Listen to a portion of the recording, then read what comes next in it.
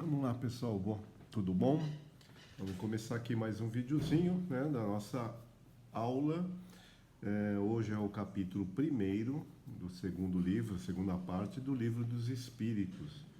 A gente vai falar, né, do mundo dos espíritos. Esse capítulo ele aborda a origem e natureza dos espíritos, o mundo normal, primitivo, forma e ubiquidade dos espíritos. Vai falar sobre o perispírito, esse conceito que a gente vai usar bastante, as diferentes ordens de espíritos, né? Vai dar a escala espírita, que é importante aí para as comunicações, né? Que ele vai estar falando agora do contato com o mundo dos espíritos, como identificar, né, os espíritos através das suas mensagens, né? Do seu contato com eles. A escala espírita aí vai ser importante para a gente. Vai falar também sobre a progressão dos espíritos. E a última parte fala de anjos e demônios. Será que existem anjos e demônios? E aí? Vamos lá, pessoal. Lembrando sempre que é importante assistir o vídeo, mas é importante ler também, né? Eu recomendaria ler primeiro o capítulo e depois assistir o vídeo. Mas também que fizer o inverso, maravilha, né? É importante ler o texto, né? Porque aqui a gente só faz um resumo, então o vídeo fica muito longo, né? Então vamos lá. Natureza dos espíritos. O que são os espíritos? Os próprios definem assim: os espíritos são seres inteligentes da criação. Ou seja, o que é isso? É a individualização do princípio inteligente. Eles povoam o universo além do mundo físico, do mundo da matéria. Eles são criações de Deus, foi criado pela vontade de Deus, e por isso tivemos um princípio. Mas quando e como cada um de nós, né, quando se deu este princípio da criação? Isso ninguém sabe, né? Isso aí está lá, como a gente já comentou alguma vez, está no mistério das coisas, né? A sua criação é permanente, porque Deus jamais cessa de criar, né? Então, se cria, os espíritos se criam por essa definição até hoje, e se criará até a vontade de Deus, né? Ao infinito, que seja, Deus é infinito, então, criação até o infinito. Dizemos que os espíritos são imateriais, isso porque, para o nosso entendimento, né, a sua essência difere de tudo que nós conhecemos como matéria. Por isso que a gente, para nós, os espíritos seriam imateriais. Mas para os próprios espíritos, eles são alguma coisa. Então, eles definem e indicam que o mais apropriado seria dizer não imateriais, mas na realidade incorpóreos. Pois sendo uma criação, né, o espírito deve ser alguma coisa. Só que a gente ainda não o compreende. Mas ele existe. O que seria o mundo normal primitivo? O mundo espírita é o principal na ordem das coisas, pré-existindo e sobrevivendo a tudo. Os mundos espírita e corpóreo são independentes, como a gente já viu lá no começo, né, do livro dos espíritos. Existe o elemento material e o elemento espiritual, né, o princípio inteligente, que são independentes, né, mas se ligam, que é o que eles colocam aqui. São independentes, mas estão em correlação incessante, reagindo um sobre o outro. Qual a síntese disso? A síntese disso somos nós próprios. Nós temos um corpo físico, um corpo material, animado por vida, como a gente aprendeu na aula anterior, né? Vida orgânica, e animado pela inteligência, que é o espírito, o princípio inteligente, que é o espírito individualizado. E a gente está encarnado, então nós estamos, o espírito, o princípio inteligente, interligado com a matéria e um reagindo sobre o outro. Né? Como que o espírito se manifesta no mundo corpóreo? Né? Através do corpo físico. E o corpo físico, né, automaticamente, né, sofre as sensações, capta as sensações do mundo à nossa volta e transmite ao espírito. Então, uma correlação incessante entre esses dois mundos. Só que o mundo espírita, ele é dito mundo primitivo, principal, porque o mundo material poderia simplesmente deixar de existir e o mundo dos espíritos, né, continuaria existindo sem problema nenhum. Aí eles colocam também que os espíritos, né, estão por toda parte, povoam ao infinito os espaços infinitos. Né? Nós temos aí essa noção de infinito, né, até pela sua grandiosidade do universo. Né? Em todos os lugares, os espíritos estão presentes, habitam todos os lugares. O espaço que a gente considera vazio, todos os mundos são habitados pelos espíritos. E aqui ele coloca uma frase importante aqui, um termo importante, sobre os espíritos, né? O mundo dos espíritos. Há os que estão sem cessar ao nosso lado, observando e atuando sobre nós, pois os espíritos são uma das forças da natureza. Tá? Então, este mundo dos espíritos, os espíritos formam uma das forças que atuam constantemente na natureza. Muitas das coisas que as ciências não compreendem ainda, a ciência material, é porque ela se abstrai dessa influência do mundo dos espíritos. Então, como não aceitam os espíritos, muita coisa aparece incompreensiva. Um dia, quando se conseguir aliar, né, esses dois princípios, o princípio espiritual e o princípio material, muitas das coisas da natureza, coisas naturais, não tem nada de sobrenatural, serão melhor explicadas, melhor entendidas aí pela humanidade como um todo, pela ciência. Aí é que a gente já tem comentado, faz parte do progresso, né, da humanidade. Quanto mais progredir em ciência, intelectualidade e moralidade, mais a gente vai compreender isso. Aí ele vai falar sobre a forma e ubiquidade dos espíritos. Né? Os espíritos têm uma forma determinada. Como será que é? Né? A gente já viu lá que eles não são a matéria como a gente entende. Né? E eles são alguma coisa. Né? Aos nossos olhos, os espíritos não têm forma determinada. Aos nossos olhos. Quando ele fala isso, está falando dos encarnados. Né? Mas para os espíritos, sim. Né? Podemos defini-los, aí os espíritos estão dando uma definição, né, sobre a forma dos espíritos para nós. Podemos defini-los como uma chama, um clarão ou uma centelha etérea. Né? É importante a gente observar que aí os espíritos estão se referindo ao espírito puro, desprovido do perispírito, que nós vamos falar daqui a pouco. Então, o que seria o espírito puro, né? Independente da matéria.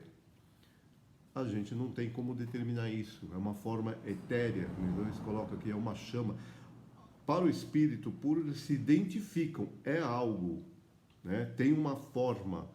Mas para nós, para o nosso entendimento, a nossa capacidade, a nossa percepção, a gente coloca aqui como uma chama, como um clarão. Algo que existe, mas não tem uma forma definida para nós. E voltando a pontuar aqui, é o espírito puro desprovido de perispírito. Vocês vão entender já. Os espíritos, aí eles falam da ubiquidade. O que é o dom da ubiquidade, né? O dom da ubiquidade é estar em vários lugares ao mesmo tempo. Será que os espíritos podem estar? Muita gente acha isso. E às vezes aparenta realmente que seja assim. Que espíritos estão atuando em vários lugares ao mesmo tempo, que seria a ubiquidade. Né? Os espíritos dizem que não. Eles não podem estar presentes em vários lugares ao mesmo tempo, né? Porque o espírito não se divide. Mas o que acontece então que há esta percepção? Cada um é um centro que irradia para diferentes lados. E é por isso que parece estar em muitos lugares ao mesmo tempo. Então é uma aparência, é uma ilusão. O espírito está irradiando o seu pensamento, a sua vontade para vários lugares. Pega aquela ideia do clarão, uma lâmpada, ele irradia, né, para vários lugares. Ela está, mas ela não se divide, ela está lá no alto, lá no teto, só que a gente percebe ela em todos os cantos do ambiente, apesar de ela estar apenas em um lugar. A gente toma o Sol como este exemplo, né? O Sol lá equidistante, ele com a sua irradiação, com o seu poder de irradiação, ele irradia em vários lugares do mundo ao mesmo tempo, que a gente tem o dia e a noite, né? Então a face da Terra está voltada para o Sol, toda ela, então toda aquela região, todos aqueles países estão sendo irradiados aquela luz ao mesmo tempo, mas tem um Sol só lá presente, né?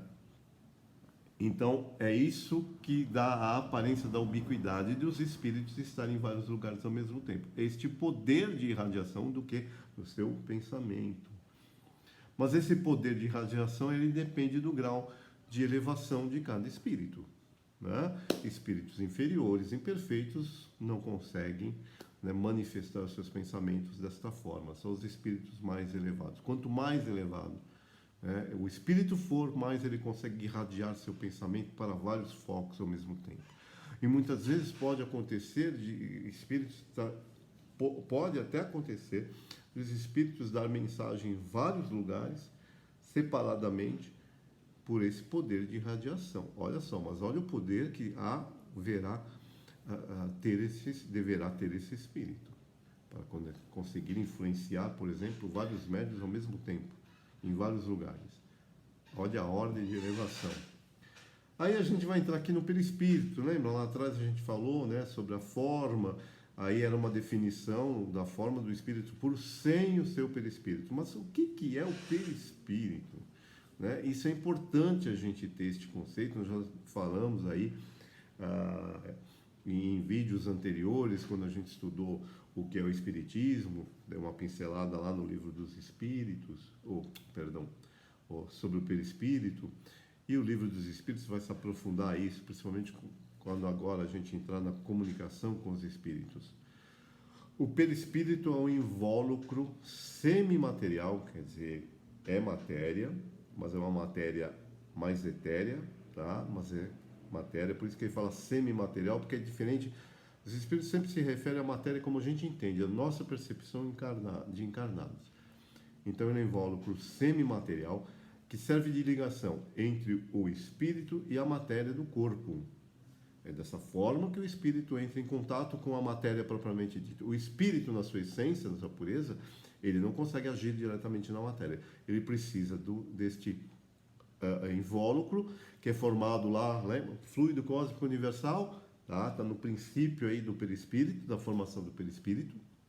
Aí sim, ele consegue agir sobre a matéria. Por isso que nós conseguimos, por isso que nós estamos encarnados e o nosso corpo tem vida, como a gente falou lá, né? Vida orgânica e inteligente.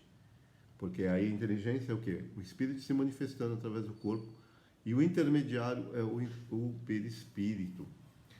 E de onde vem este fluido, né? Essa semimatéria que forma o perispírito? Ele é retirado do fluido universal que forma cada planeta, que permite ao espírito atuar sobre a matéria tangível. Então, cada mundo tem o seu fluido, né, formador, que forma este mundo, e é deste fluido que o espírito toma, né, dele para formar o seu perispírito, através do quê? Da vontade. Isso se dá através da vontade do espírito. Isso é praticamente automático. O espírito consegue fazer isso mesmo de forma inconsciente. Ele não precisa pensar, não, estou mudando de planeta, eu sou um espírito inferior, isso acontece automaticamente. A gente mudar de planeta, o espírito, a gente já falou que o espírito pode estar em todas as partes do infinito. Se a gente estiver no nosso mundo, o nosso perispírito é constituído do fluido do nosso planeta. Se a gente for para um outro planeta, da mesma ordem ou de uma ordem mais elevada, se nos for permitido, nós vamos tomar o nosso perispírito automaticamente do fluido daquele planeta, daquele local. É assim que processa. Um espírito para reencarnar aqui na Terra, um espírito evoluído para reencarnar aqui na Terra. Sob este ponto de vista aqui, como Jesus veio parar aqui? Estava encarnado, não estava encarnado? Tem algumas teorias malucas que diz que não, né? Que ele era só como que é? Um agênero, ele não tinha corpo físico, né? Era só o corpo espiritual. Mas se fosse só o corpo espiritual, vamos dizer assim, então era seu perispírito, correto? E de onde ele tirou o seu perispírito?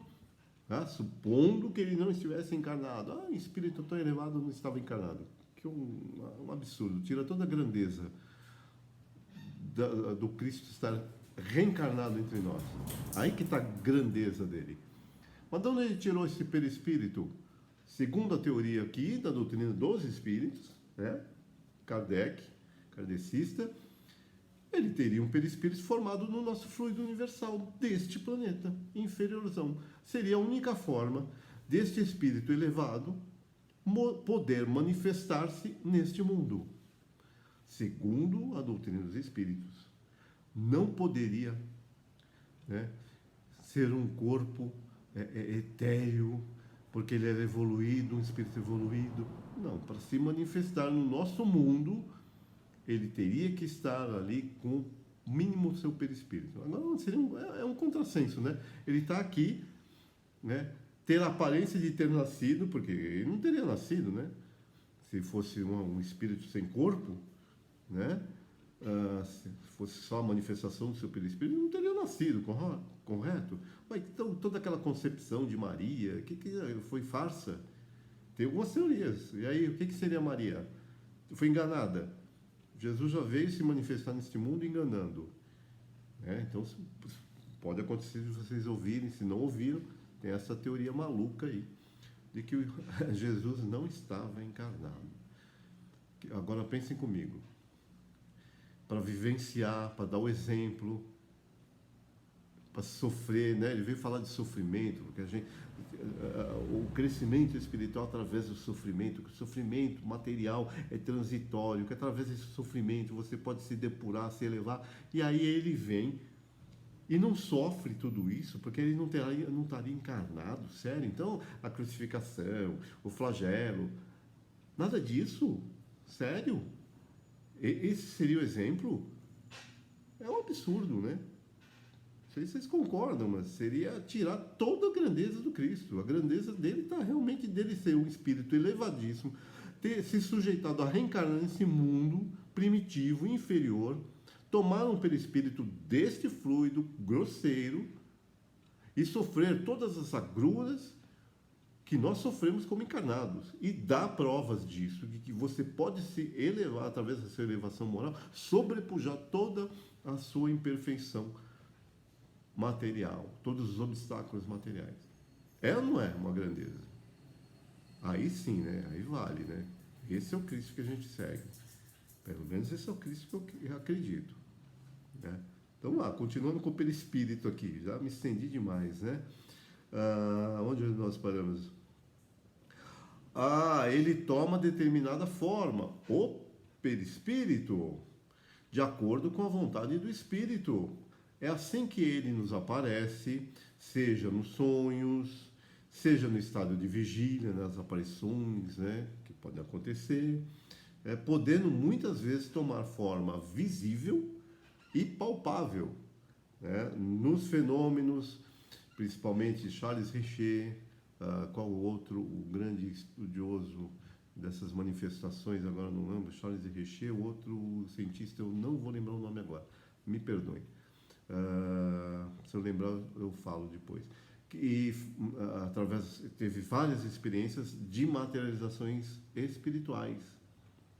O que eram essas materializações espirituais? O perispírito, o espírito está desencarnado, ele atua, né, juntamente com o médium, porque aí precisa do fluido do médium mais materializado para, vamos dizer assim, condensar seu perispírito e tornar ele visível para as pessoas. Muitas vezes eles apareciam de uma forma vaporosa e outras não, tangíveis, chegava a tocar nas pessoas, deixar marcas, né? Foram feitas experiências, ficavam lá as marcas em cera, né? E tocava as pessoas, né? Olha que interessante. Isso é através da ação do quê? Do perispírito, tá? através do perispírito também, que nós vamos aí ver mais adiante, que eles atuam na matéria, por exemplo, nas mesas girantes. Como faziam as mesas girantes, né? Através do que? Do seu perispírito, do fluido do médium, atuando, envolvendo uma matéria e animalizando essa matéria, vamos dizer assim, que ela cria movimento próprio, né? Uma mesa, por exemplo, né? Que sai lá batendo, girando, e aí uma possibilidade de dar mensagens. Aí a gente vai falar também das diferentes ordens de espírito, né? Os espíritos são classificados em diferentes ordens, de acordo com seu grau de adiantamento moral e intelectual. Foram divididos aí em três, Kardec dividiu isso, né, juntamente com os espíritos, para o nosso entendimento dessas ordens. Essa é uma classificação para a gente entender esse grau de perfeição dos espíritos, a evolução dos espíritos, em três categorias principais: espíritos imperfeitos, a terceira ordem, caracterizados pela predominância da matéria sobre o espírito, né? Depois, a segunda ordem, espíritos bons, onde se caracteriza pelo predomínio do espírito sobre a matéria. Então, o espírito já sobrepõe a influência da matéria, e pelo desejo de praticar o bem. E a primeira ordem, a ordem dos espíritos puros, que são os mais elevados, que já atingiram o supremo grau de perfeição, não necessitam mais, né, de ter um perispírito nos mundos que habitam, nas esferas que habitam, né, e são os auxiliares diretos. Olha que maravilha, né? Um dia a gente alcança lá. Vai trabalhar direto do lado da mesa do chefe, né? São os auxiliares diretos de Deus, né? Temos uma caminhada por aí. E aí Kardec estabeleceu a escala espírita. Vocês vão ver lá no livro, que é bem extensa, porque aí ele pega essas três ordens, essas três categorias, né? Espíritos imperfeitos, espíritos bons, espíritos puros, e divide cada ordem dessa em classes. Não vou citá-las aqui, são várias, cada ordem dessa com suas classes, né? Só os espíritos puros que têm uma única classe, né? Espírito puro e não se divide. As outras podem se... Ele fez essa escala, ele diz que isso foi da sua observação, juntamente com os espíritos. Podem existir outras, existiam lá outras categorias, né? Mas ele usou essa categoria, que é apenas uma delas, para efeito da gente compreender essa classificação, né, baseada no grau de desenvolvimento moral e intelectual dos espíritos, isso da sua observação. E ela é importante para a gente compreender, né, essa classificação, essa ordem, reconhecer os espíritos através das suas manifestações. Então, o conhecimento da escala espírita vai ser importante para nós quando a gente for falar sobre mediunidade e para, né, as experiências espíritas, no contato com os espíritos, com o mundo dos espíritos, para a identificação, classificação dos espíritos que estão se comunicando conosco. Nós não vemos os espíritos, eles não têm carteira de identidade, e como a gente conhece, assim como a gente conhece as pessoas, pela convivência, né, pelo modo de falar, pelo modo de agir, pelo modo de pensar, né, que a gente vai identificar as pessoas boas, pessoas más, pessoas boas ou não, assim com os espíritos. Então, ter essa classificação é importante. Não vou citar elas aqui, está lá no livrinho, vocês vão lá no livro dos espíritos e dão uma lidinha detalhada, tá bom? Senão isso aqui vai ficar muito comprido. Mas é interessante a gente dar uma lidinha lá. Aí, se tiver alguma dúvida, aí na reunião de quinta-feira da gente, a gente dá uma destrinchada nisso aí, tá bom? Mas vamos lá, ler o que é importante. Progressão dos espíritos. Os espíritos progridem, já nasceram perfeitos, Deus queira alguns perfeitos, outros imperfeitos. Como que é essa história, né? Deus cria todos os espíritos simples e ignorantes, ou seja, sem conhecimento, purinhos no sentido de sem conhecimento nenhum, né? Aquele, ah, aquele pratinho sem nada dentro, né? Um copinho vazio que vai ser enchido. Com aptidão, ó, é importante, né? Com aptidão para progredir e impõe a nós a vida corporal entre a reencarnação para que a gente possa adquirir conhecimento. Isso faz parte do nosso progresso, da forma que a gente deve progredir, evoluir. A gente é criado de todos iguais, né? Onde se dá essa diferença, espíritos mais elevados, espíritos imperfeitos, espíritos puros, através da evolução. Todos partiram do mesmo ponto. Mas Jesus partiu do mesmo ponto.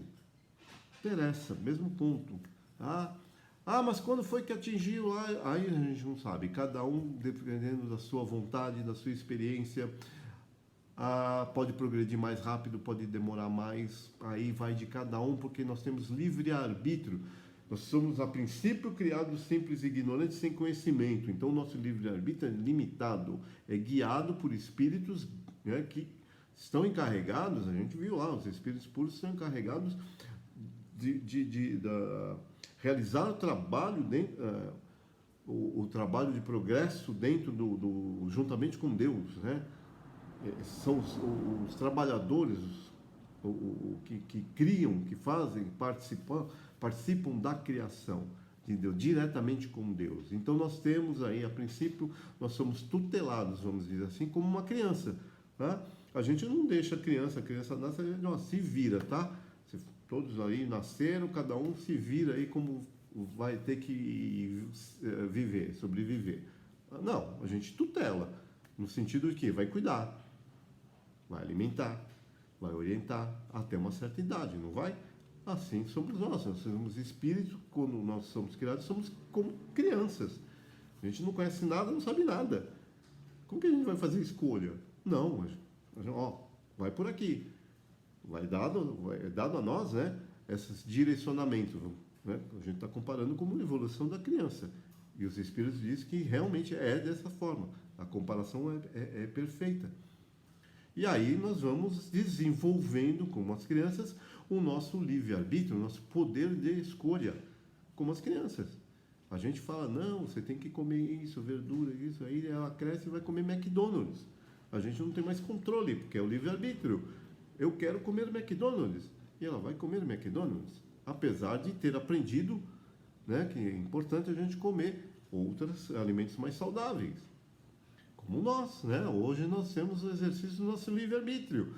E aí a gente usa ele para fazer coisas boas ou não, para nós e para os outros, né? E aí o exercício já do livre-arbítrio vai determinando a nossa evolução espiritual. Uns mais rápido, como crianças na escola, né? Aquele que estuda mais, se dedica, avança mais rápido. Outros vão ter que repetir de ano, vão ter que refazer o ano. Então, a gente parte do mesmo princípio, mas a evolução é de cada um. Todos os espíritos progridem incessantemente através de diferentes existências corporais, as reencarnações, até atingirem a perfeição. A rapidez desse progresso depende dos esforços que o espírito faz para se melhorar. Os espíritos que seguem o caminho do mal podem alcançar também, né, da mesma forma, a superioridade que os outros, mas levaram mais tempo. Depois que a gente atinge o topo, a gente não sabe.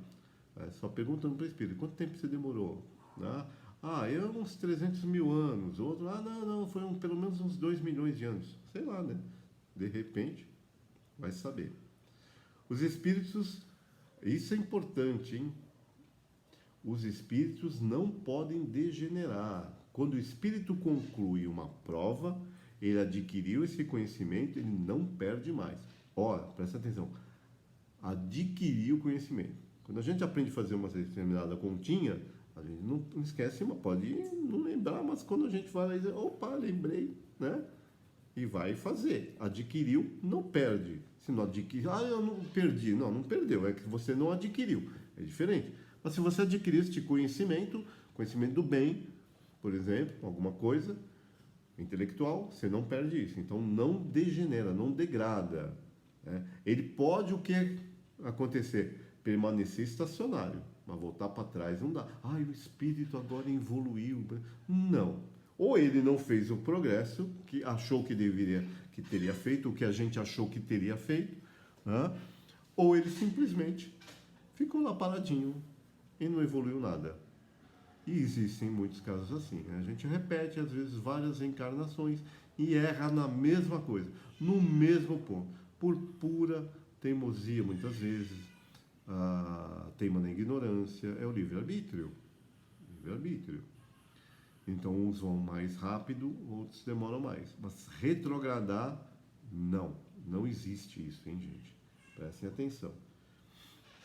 Aí ele encerra o capítulo falando sobre anjos e demônios. Aí tem toda lá uma lição dizendo, né, da alegoria dos anjos, da alegoria dos espíritos. Não poderiam existir anjos ou espíritos no sentido, anjos ou demônios no sentido de espíritos criados dessa forma, né? Como dá a entender as religiões quando falam de anjos, né?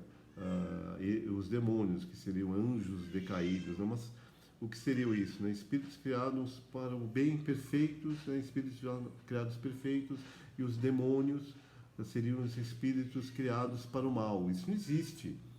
A gente viu lá atrás, os espíritos partem todos do mesmo princípio.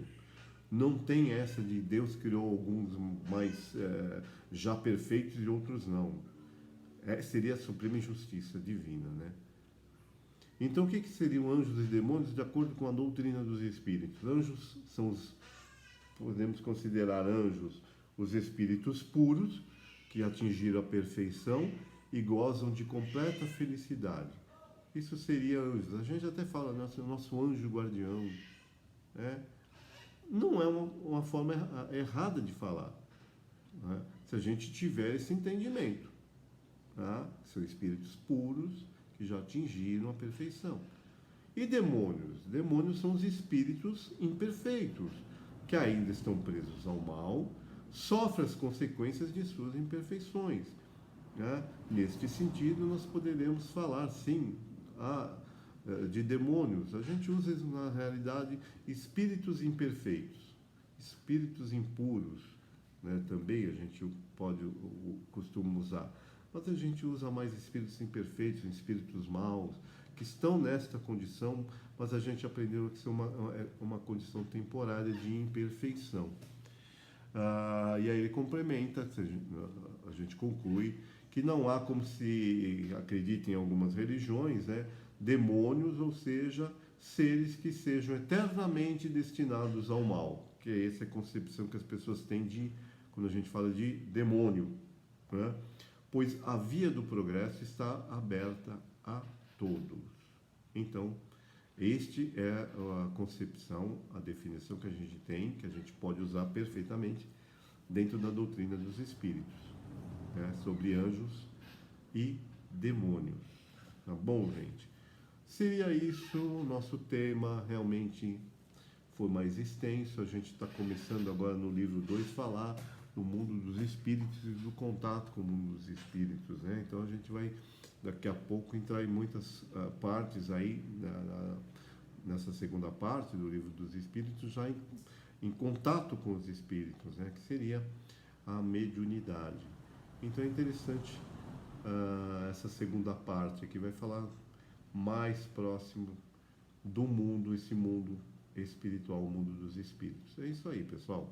Desejo um bom estudo para vocês e até a nossa quinta-feira próxima, às 8h30, dessa vez com vídeo, né, para a gente discutir isso aí. Então, bom estudo, bom vídeo para vocês.